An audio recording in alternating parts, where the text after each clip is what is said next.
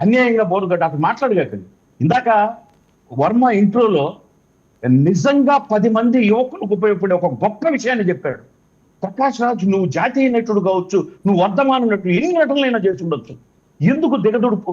10 మంది యువకులకు betting app ఆడండి అని చేసే కొన్ని వందల మంది మరణానికి కారణమైన వాళ్ళు నువ్వు ఒకడివి. సన్నాసిగా నీకేళ్ళ అని ఆయన అనలేడు.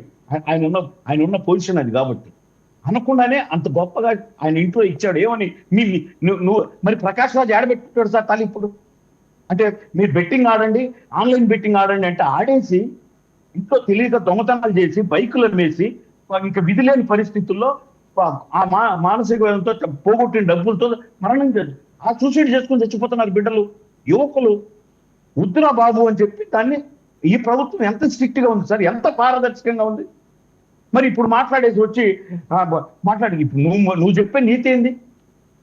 ఎస్, ఎప్పుడో ఒకసారి ఒక థమ్స్అప్ ప్యాడ్కి ఇస్తే నిజంగా మాకు గుర్తు చేశాడు.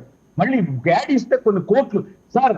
ఇప్పుడు వెకిలి నవ్వుతో మాట్లాడిన ఇప్పుడు 11 మంది మీద కేసు పెట్టిన వాళ్ళకు నిమిషానికి 90 లక్షల 90 ఒక నిమిషానికి ₹1,00,000 అంట.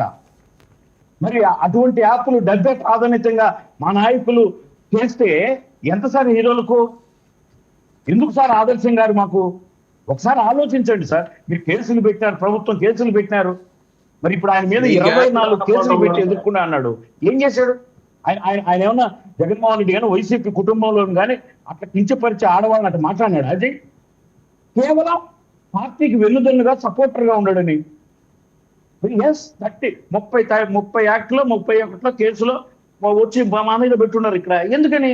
వీళ్ళు హౌస్ అరెస్ట్లను నోరు మూపిచ్చేస్తే అడ్డుకుందామని. అటువంటివన్నీ ఇప్పుడు వచ్చి స్వేచ్ఛగా ఉన్నారు కదా.